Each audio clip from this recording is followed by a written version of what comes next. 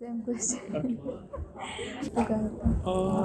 देश असा होता की म्हणजे माणूस आणि निसर्ग यांचं नातं कसं असतं आणि ते म्हणजे शहरी जगण्यात आपण कुठेतरी हरवून गेलो आहे आणि खूप आदिवासी म्हणून जी काही लोक जगतात तर त्यांचं कुठेतरी अजून त्यांच्याशी एक ऑर्गॅनिक रिलेशन आहे. तर ते काय आहे हे एक्सप्लोअर करावं आणि त्याचा ओव्हरऑल त्यांच्या जगण्यात ते ट्रान्झॅक्शन कसं होतं आदिम काळापासून. सो त्याचा एक धागा कुठेतरी राहायला असेल आणि तो आम्हाला फक्त पकडायचा होता आणि ते दॅट वी कॉल अप मर्म. त्या एवढ्या काळात जी चालत आली ती त्यांच्यातच असते. त्याला पकडायचं आणि कुठेतरी.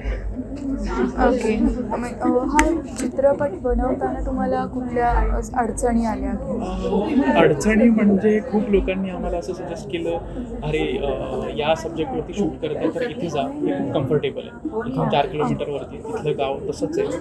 पण आम्हाला अजून इंटिरियरमध्ये शिरायचं होतं आणि आम्ही जसं शिरत गेलो तसं ते अजून अवघड होत गेलं. कारण तिथे जाणं तिथलं अवघड होतं तर शूट करणं म्हणजे त्याच्यावरून अवघड होतं. तर आम्ही आमचे रिसोर्सेस कमी करत इतके गेलो की मी आणि डिरेक्टर दोघंच काय करतो की याच्यापेक्षा कमी नाही करू शकत. आणि काय पहिला दिवस तर आम्ही दोघांनीच शूट केलं आणि मग नंतरच्या दिवशी मग साऊंड आणि काही गोष्टी राहतात त्या ॲड केल्या. त्यांची परिस्थिती म्हणजे त्यांचा एक पाय म्हणजे त्या सगळ्या जगण्यात अडकलेला आहे आणि दुसरा पाय असं की पुढे आपल्याला नवीन काहीतरी करायचं आहे जे इथे नाही होणार आहे. त्यामुळे ते प्रयत्न करतात, ते बाहेर पडण्याचा प्रयत्न करतात. काही लोक शहरात आलेली पण आहेत पण पुन्हा तो डिलेमा पण आहे की खरंच शहरात काही होतं का, तिथं आपलं जगणं खूपच चांगलं आहे. त्यामुळे तर ते त्यांचं सुरू आहे.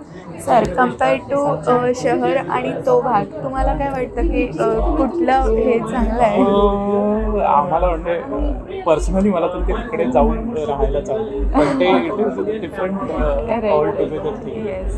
तो ते निसर्ग तुम्हाला जे दाखवतो की त्याच्यात तुम्हाला कळत की आपण किती छोटे आहोत, आपण किती लहान अननेसेसरीली काय काय क्रिएट केलं. त्याचं एक आम्हाला खूपच सेन्स जाणवलं.